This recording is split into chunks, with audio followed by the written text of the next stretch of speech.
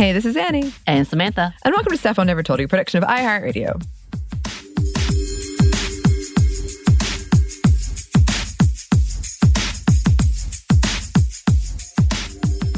And welcome to another sub segment of fictional women around the world. I believe there will be 2 from me this month. Because that is our May tradition. It is the May tradition. It is. And yes, we are talking about a Star Wars character. Today is May the 4th as we record it. I've been having the time of my life. Unfortunately, though, I actually have a job. So I can't just read fan fiction and buy all the stuff I don't need that's on sale today. My heart so desires. But I just busted Christina's eardrum. Sorry. No, it was just funny because people are like, "Are you celebrating?" And I was like, "I mean, I would, but I got this job that I'd be talking about Star Wars on." Yes, I love my job. Please don't. But it has been hard. It's been temptation all day. All day, huh? Yes, all day. I woke up early. I've already watched one of the movies. Oh, so wow. Good. Are you preparing for tonight? Okay. Yeah, because we're going to see Empire Strikes Back in theaters tonight. I may or may not have already watched Empire Strikes Back today, but I've got a system. I've got a plan. Okay. So today we're talking about Fennec Shand. Standard disclaimer about canon. This one's actually not as complicated because she's a newer character. But Star Wars canon is messy. It's gone through several revisions. It's gone through several retcons, which I realize I use that word a lot and I don't explain it. It's basically when people go back and change a storyline to make it make sense. So they retroactive change. And also there will be spoilers for, I guess, The Mandalorian, Bad Batch, and the Book of Boba Fett, which I mentioned recently I was going to talk about a show I didn't like. This is it. I really did not like Book of Boba Fett.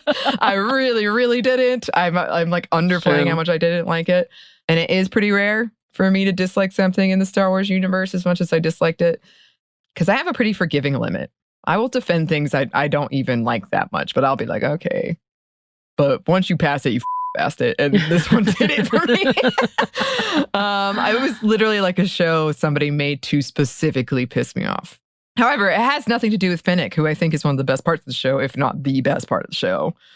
And if you liked it, no judgment at all from me, for real.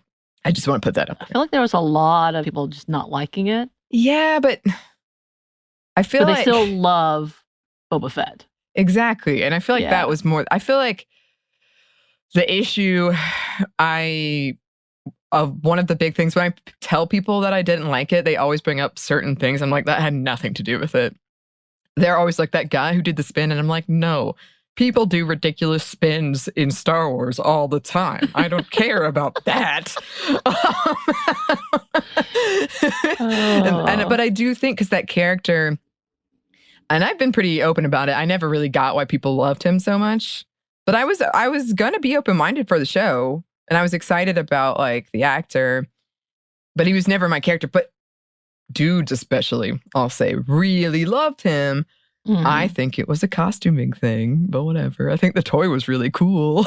Yeah, as an outsider looking in, I was like, why? He's barely in this. I'm very confused about him as a character. Yes, exactly. So I think a lot of people were angry because they really loved that character. And then, like, he's not in almost 2 episodes. I don't know. I get it, but also I think there's a kind of level of fan toxicity that is not what I'm talking about when I say I don't like it, but I think is what a lot of people were talking about when they say they didn't like it. Okay. Yes, just to be clear. But I loved Fennec in it. And I do love Ming-Na Wen and Mark Hamill geeking out over each other. I think that's very cute. Yeah. I love Ming-Na Wen so much. Yes. Fennec Shand is portrayed by Ming-Na Wen and is a human woman, master assassin / mercenary / bounty hunter. I love how I have to specify human. It sounds so weird, but in the Star Wars universe, yeah. She is primarily a sniper, but in general, I wouldn't with her.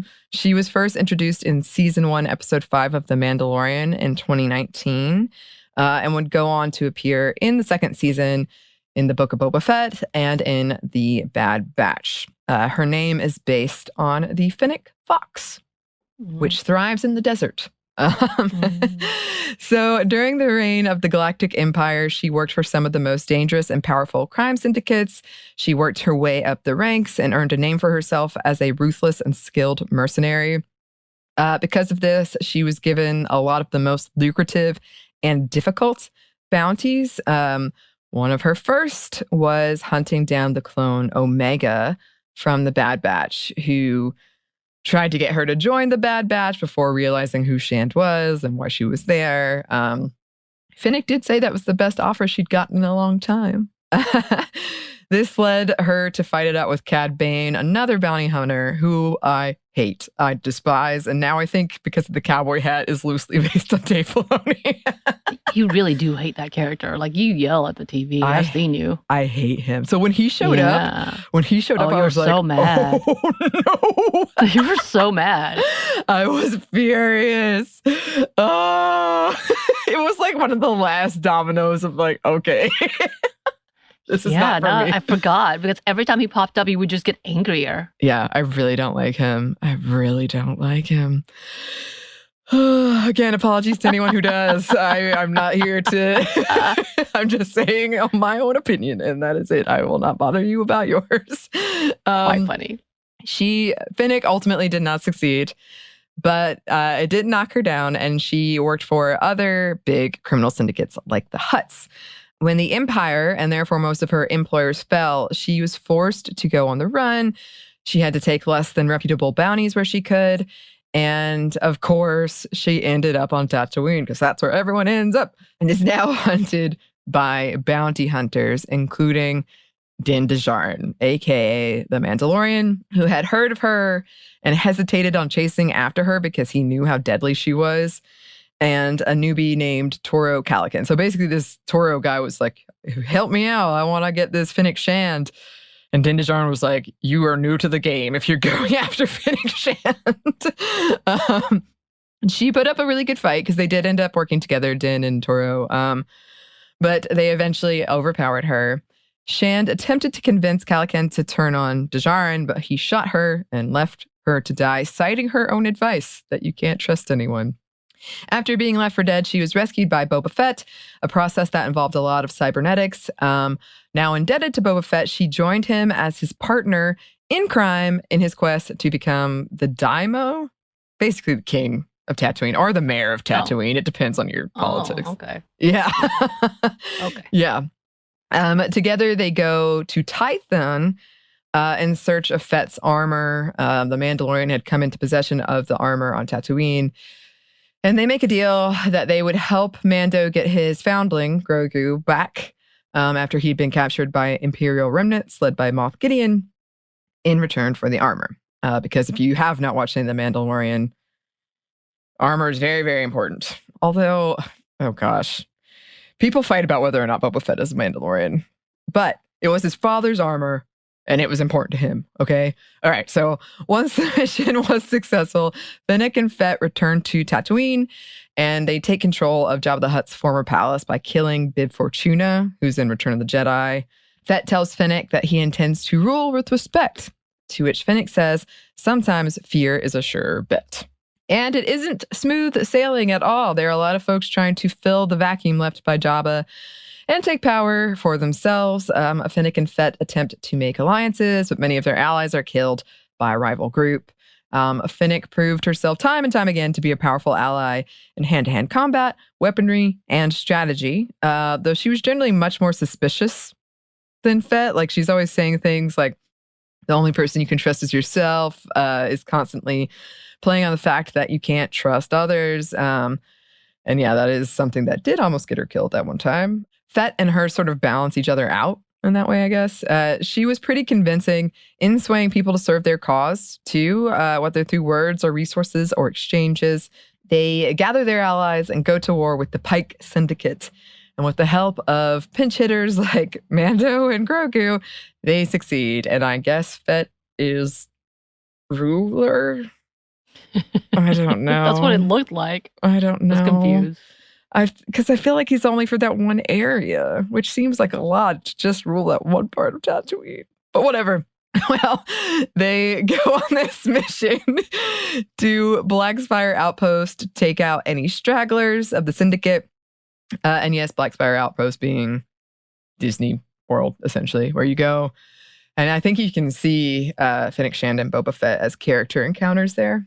But yes, they go there and they find more people to join them. Though her debt to Fett was long repaid, she decided to stick with him.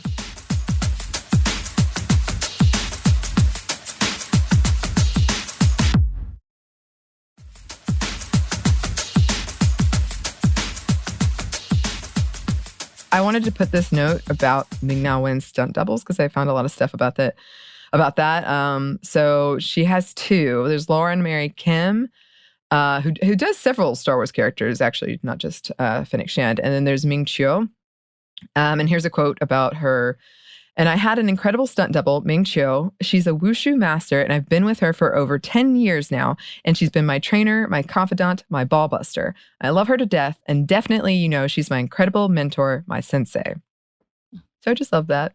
Mm-hmm. And then this is a snippet from an interview, from like a preview of an interview that she did for StarWars.com, I think.